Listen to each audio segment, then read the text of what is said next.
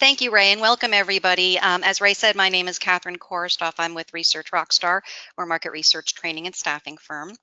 And one of the things I'm really passionate about these days is working with a lot of my clients to understand what are the current job advancement options, really, for those of us who are in the market research and customer insight space. So as we're thinking about where we exist today in organizations, whether you are on a supplier side role or in a corporate market research function, what really are the career opportunities for us? And as we think about what are the current career opportunities, we have to start letting go of some old assumptions that we may have had in the past about what it means to be a qualified market research or customer insights professional who's going to be competing either for new business or for new career opportunities and job openings as we go forward in our profession. So the thing that is important to start with, however, is a little bit of context. You know, why have career options changed? Why is it now so important to take a fresh, objective look at what the career options are? And one of the things that's important in doing this is looking at what I call the rising data tide. So clearly there are a lot of different things that are going on in the business world. There are a lot of things that are going on related to understanding customer attitudes and behaviors these days. But the biggest megatrend that we have in terms of our career, the context for our profession, is that organizations have access to more data than ever before. And that's why I call it the rising data tide.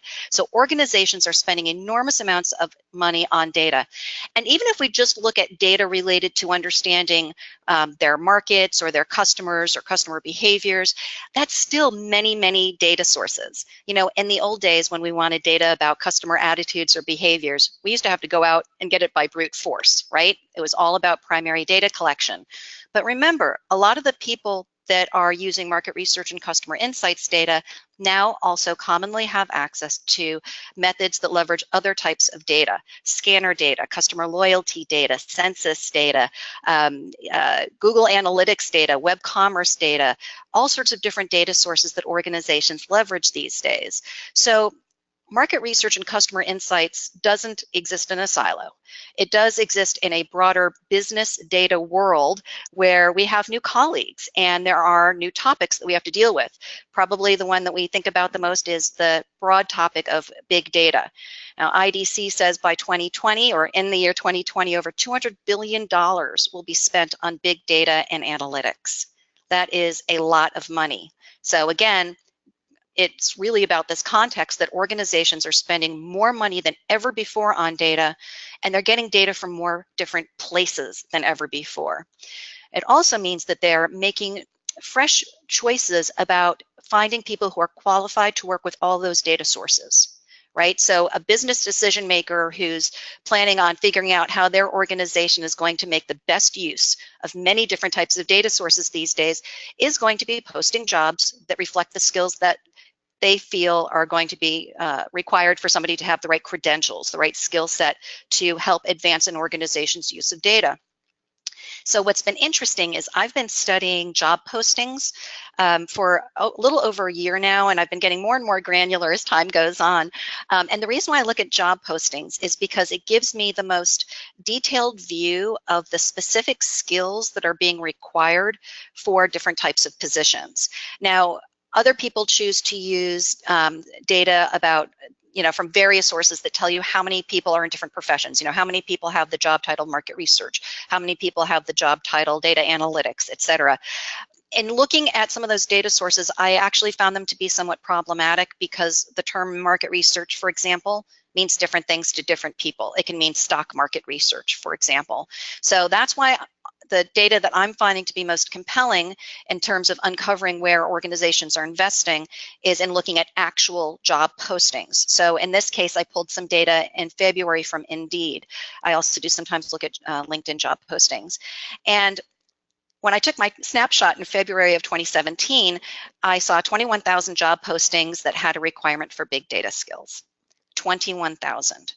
Again, I think this is part of that rising data tide. This is a great evidence of the fact that organizations are spending more on data and are also investing in getting the right staff in place to help work with the data. In contrast, 2,000 posts mentioned marketing research and 3,900 mentioned SPSS. Still lots of posts, right? So I'm not saying that there aren't opportunities to, not everybody has to get into big data. That's not what I'm saying. I'm just saying that the context of being in market research and customer insights is we're increasingly working in an environment that also includes other types of data analysts who are also working on things related to understanding customer attitudes and behaviors. The last data point I want to show you that really captures how there really is a rising data tide is this prediction from Gartner Group. Gartner Group is, of course, they have a really great track record of making these types of forecasts. And they're predicting that 90% of large organizations are going to have somebody with the title Chief Data Officer by 2019. Why is that so important? Because it reflects the fact that a lot of organizations are making organizational structural changes in order to maximize and optimize the integration of all these different data-based functions, right? So they are putting people and organizational structure in place, sometimes led by somebody with the job title Chief Data Officer, to really integrate all of these different but related data functions. So in a lot of organizations now, we see the market research department or customer insights or shopper insights department very much integrated now and working with colleagues who are more from the, say, customer analytics or web analytics, et cetera, spaces. So everybody coming under one common place. But what does that mean for us? So if I'm in the market research and customer insights profession and I'm seeing all of this different integration, is that a good thing or is it a bad thing? I personally see it as an opportunity. And in fact, I think that there's a couple of different ways of looking at the opportunity. One opportunity I see is the advisor opportunity, because here's what's happening. When you talk to a lot of business decision makers, maybe people with, in a general marketing role or other types of product management roles, that sort of thing, but who are, they care about understanding customer attitudes and behaviors, right? And now they're getting bombarded with all these different data sources and all these different specialists, people who want to answer their business questions using maybe conventional market research methods like surveys, focus groups, in-depth interviews, and ethnographies, but they're also being approached and sold very heavily by people who have expertise more in predictive analytics, customer lifetime value analysis, and all these other cool new specialties that now exist. But for the business decision maker, it's becoming overwhelming. I've heard many people literally say, I'm not a data scientist. I don't want to be a data scientist.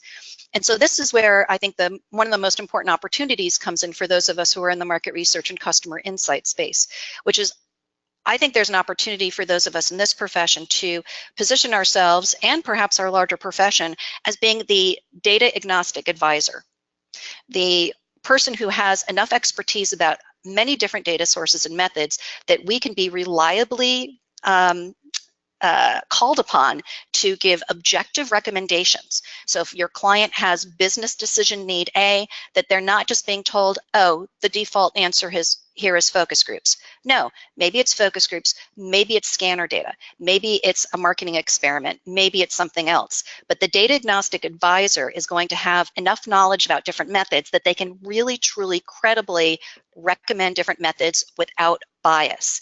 Now, the thing that's exciting is that this leverages a type of skill that I find a lot of the people I know in market research and customer insights already have. That is, I know tons of people who are awesome at project management, really thinking about data analysis and extracting meaning from data, synthesizing data, client management skills, which, by the way, if you ever read case studies about failures of big data projects, it's usually associated with things that relate to client management skills, lack of setting good objectives, lack of setting proper expectations, et cetera. Things that, frankly, for those of us in market research, are things that have long been skill requirements for us. So we have some skills that absolutely can be leveraged into a advisor opportunity. Maybe there's also some new skills and knowledge that need to be acquired. That is, if you want to be perceived as a data agnostic advisor to help this business decision maker cut through all the noise of all of the options vying for their attention, you can't just know about surveys and focus groups, right? You're going to have to know about a lot of different types of options. The reason why this generalist opportunity is so exciting is it really puts you in this position of having a very consultative relationship with your client. That is, being the person that they come to for advice on what is really in their best interest. So I think this is a great opportunity for market researchers and customer insights professionals that are already inclined to be consultative and who really enjoy working with clients long term. So again, in the world of the rising data tide, one of the key opportunities is what I call the advisor opportunity, really helping the business decision maker make the right choices in a very objective way. Now, there's another big area of opportunity, but before we get there, I have to ask you folks a question. When you think about market research and insights related jobs, how many different job titles can you think of? Most people will say market research, marketing research, customer insights, shopper insights, competitive intelligence, and maybe one or two more. Well, I can tell you from all of my research I've been doing on job postings that there are dozens and dozens of job titles that are out there. It has become extremely fragmented, which really points us to the other next new big area of opportunity, which I call the specialist opportunity. So the first opportunity I talked about was the generalist opportunity, to be that data agnostic advisor. But the second category of opportunity is about embracing a specialty, being the power specialist. There's no way that any one market researcher can know everything these days. There are too many different data sources, there are too many tools, there are too many methods. I've been in this industry for over 25 years, and back in the early days, if you knew about focus groups, in-depth interviews, and survey research, and you knew a little SPSS, you basically know everything, right? You knew a lot. You were really golden in terms of job opportunities. And all of those methods are still super important and really powerfully used to this day, but there are a lot of new options out there. Therefore, when you look at job postings, you'll see there's tons of opportunities for specialists. So people who say, you know what, being the generalist is not for me. What I want to do is really double down and be an expert in a very specific data source or methodology or application. So it's an important decision.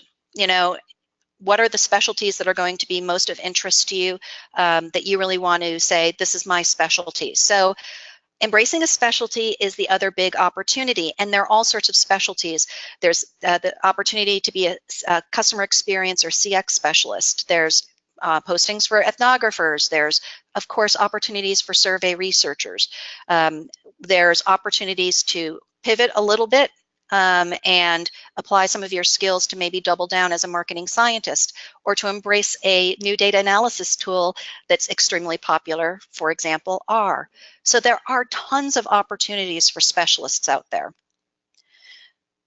The most important thing is that whether you become a specialist or you pursue the option of really being that consultative, data agnostic advisor, I do think that everybody who's in our profession, everybody in the broader market research and customer insights space, has an opportunity to become at least minimally data fluent. That is, take a little, I encourage people to take a little bit of time to read about some of the new methods that are out there, just so you know your options. This is going to make you more credible with your clients. You know, I hate to say it, but I've got my friend Albert here in the lower corner, and Albert is based on a friend of mine who is awesome with focus groups. He's an amazing focus group researcher, but every new project that comes his way related to product concept testing, he assumes is going to be a focus group.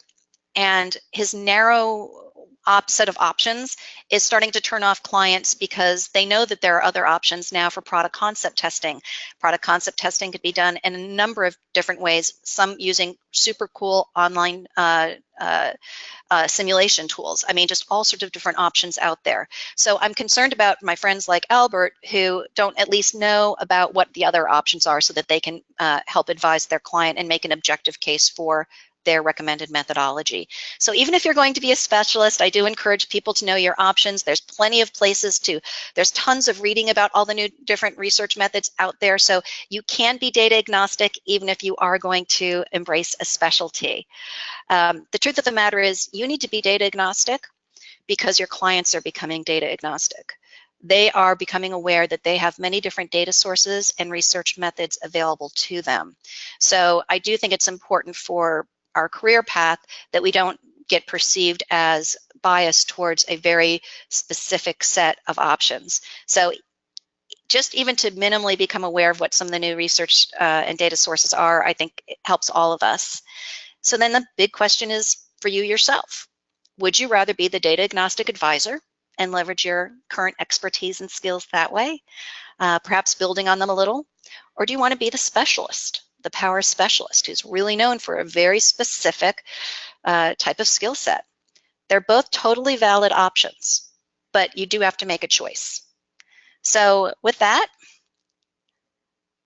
I just want to say thank you. It's been a pleasure having an opportunity to chat with people about this really important topic. And with that, Ray, I guess I'm going to welcome questions.